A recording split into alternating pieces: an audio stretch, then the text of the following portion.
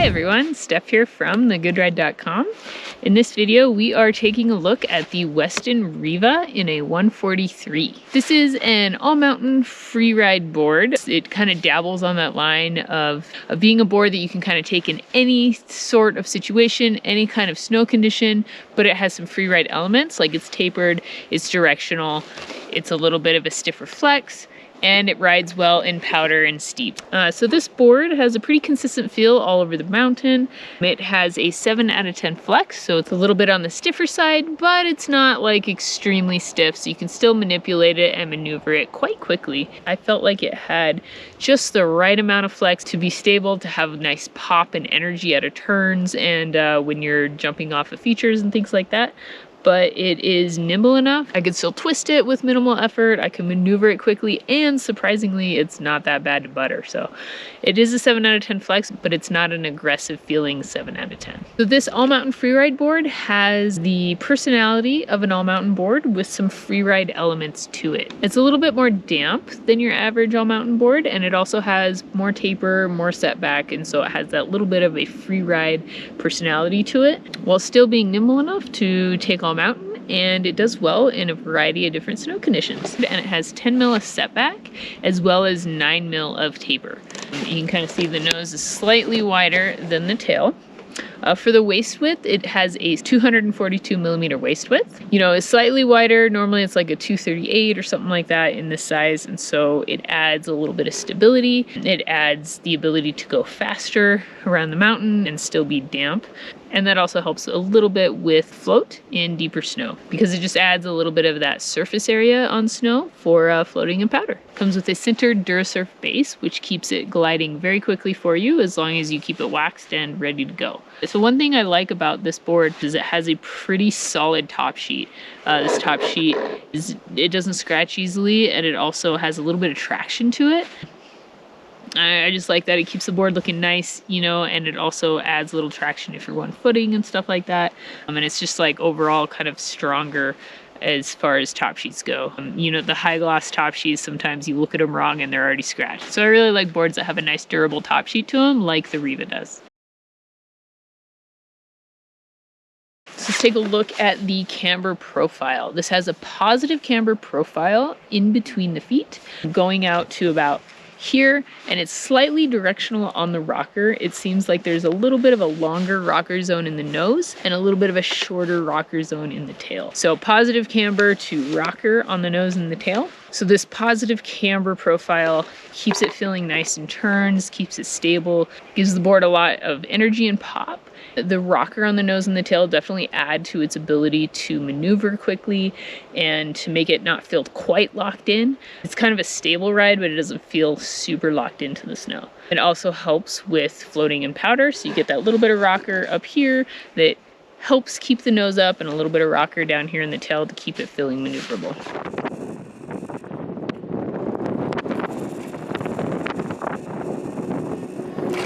I took this out in mainly spring conditions. I didn't get to start testing it until about a week into May, so we were pretty full on spring conditions by then.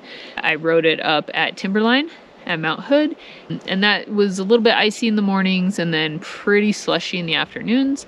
And then I also rode it up here at Mammoth, full on spring conditions. It's now June, but we still have a ton of snow, but you know, the snow quality was definitely on the spring side as opposed to midwinter conditions.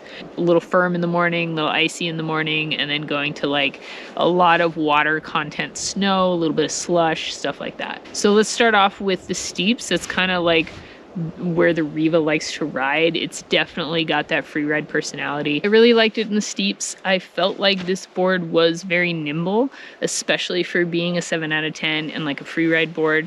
And so it's kind of a freeride board that is not super aggressive. It still has a little bit of a playful, kind of nimble personality to it. So I found it quick to turn in the steeps. I liked the edge hold. I felt like it was very reliable. And the fact that it's pretty stable at higher speeds and through like choppy snow just made it a very nice ride off piste in kind of choppy terrain and in steeper conditions. I'd feel very confident taking the Riva in any free ride type condition. Steeper mountain, you know, tighter chutes, moguls, things like that, the Riva could definitely handle it. And so off piste, there wasn't a whole lot of off piste that was actually fun when I got this board. The off-piste terrain was a little bit baked and a little bit sticky and slow by the time I was able to test this, but by the way it performed in steeper terrain and in moguls and stuff like that, I feel like it would do very well in trees. I would love to take this through the trees and in kind of like deeper snow and stuff like that. Like I said, it's very nimble to turn, and the 7 out of 10 flex keeps it super stable, but there's something about the personality of the Riva that kind of takes the edge off a bit. You know, it has that free ride personality and the free ride characteristics to it, but it's not like a really aggressive board, which I love because it almost feels a little bit more confident building in the off-piste and in the steep terrain. Like, you don't have to be super forceful with it. It'll just kind of like go with you, but it'll back itself up by still being stable and still having nice edge hold in like choppy or cruddy conditions. As far as powder goes, again, got this board towards the end of the season. Even though it was a killer season, I was not able to ride it in powder, but it has some good features for powder. And so those features being, it has 9mm taper, and so the nose is slightly wider than the tail, and so that allows the tail to kind of sink down in the snow and act as somewhat of a rudder, and it allows the nose to float a little bit more in deeper snow. So on top of the taper, it has a slightly wider waist width, which gives you a little bit more surface area on the snow, and that also helps for floating in powder. So it is directional to begin with, but if you set it all the way back, the stance width is 20 inches, and then you get 2.75 inches of setback on board with the bindings as far back as they'll go. You can make this even more directional than it already is and get a little bit more float out of it as well. And then that, along with the rocker in the nose, will help with powder, and the rocker in the tail as well, so it's not going to feel like the old traditional camber board. It will give you a little bit of float in the powder with that early rise in the nose and a little bit in the tail as well. So yeah, I think that it would be a really consistent board to bring into powder. Again, it's not going to float like a powder specific board, but it's going to be one of those boards that you can take into the cruddy snow, the free ride conditions, and then seamlessly ride it through powder as well and not have to switch your board out and still get some float. Bring this down to groomers then and kind of like turning personality of this board.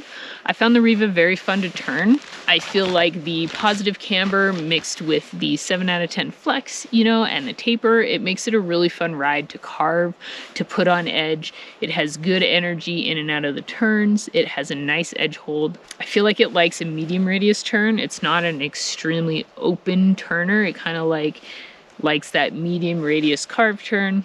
And it's very stable. So that 7 out of 10 flex definitely helps it at speed, so you can ride it quickly. But at the same time, apart from the carved turns, you can turn it quickly, which is what makes this board very versatile and what makes it a little bit more in that all mountain realm. It's not going to force you to rail turns all the time. You can still release it and make skidded turns and make tight turns and make them really quickly without putting a ton of effort into it. So it feels great on groomers. You know, you can open it up, you can ride really fast, but it'll still perform for you at medium to slower speeds as well. So that's, I feel like, what makes this a really good kind of all mountain board as well as having those free ride elements to it. The free ride elements definitely help with its carving abilities, and then the other side helps with that all mountain side where it can ride and handle and feel very consistent in a lot of different terrain and a lot of different snow conditions.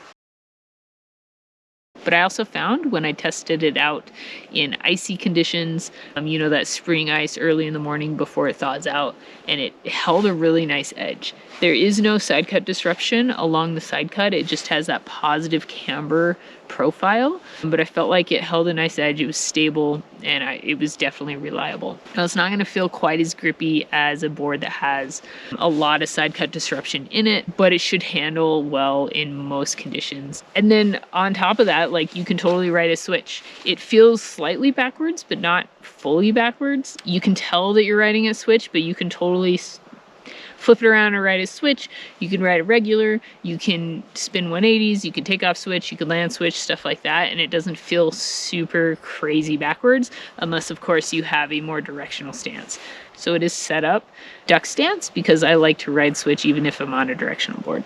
So if you have a more directional stance, obviously switch is going to feel a little more backwards, but for me it felt pretty good. So that brings us into its freestyle personality. This board has, and this is what I really liked about this board, it is a free ride type board. It's an all mountain board, but it's nimble enough and playful enough to play around on and mess around on a little bit. And I was surprised at how easy it was to butter. You know, it has that stability from the 7 out of 10 flex, but you can still butter it. It was like a medium effort to butter, and it wasn't that bad, and it felt really nice. And so, yeah, definitely has a little bit of that playful side. I played in it a little bit in like some transition park up at Timberline, and then, you know, just like little ground tricks here and there around Mammoth, and it felt pretty good. So it just speaks to the versatility of this board. It is not all business. You can still play around with it. It has a little bit of that playful side. You know, it's not super locked in, so you can butter it. You can spin it in circles, spin like flat ground tricks, or do like little slashes and stuff. So has a little bit of that playful personality too, which is awesome to see in a free ride type board, because I mean, my favorite thing about free ride is you kind of make the entire mountain your playground. And so you're able to take this board and go find a rock drop and go find a little side hit, some transition zones, and play.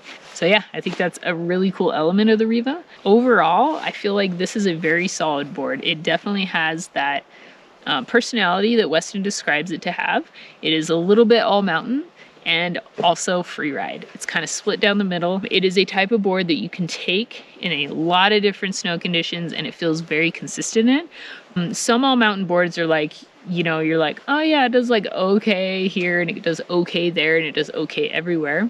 But the Riva is pretty fun in a lot of conditions. So it's not okay, it actually excels. It's really fun to carve. It's fun to ride fast. It's super stable and reliable in steeps. And it has good elements for floating and powder as well. All of this while still being nimble and playful. I feel like that's a pretty big win for a free ride all mountain board, because sometimes the boards tend to lean to one side or the other. They're super aggressive or they're like too playful, so they're not stable. And the Riva kind of hits it right in the middle, where it truly can dabble in a variety of different conditions. It's not super aggressive, but it can definitely hold its own. It's stable, it's technical. I feel like this would be good for, you know, maybe a very high intermediate to advanced expert, but I think it's more in that advanced expert realm to really get the full benefits of the Riva. So if you're looking for a free ride board that's not extremely aggressive, or you're looking for an all mountain board that has some free ride elements to it, the Riva is a really good option for that. So as a look at the Weston Riva in a 143.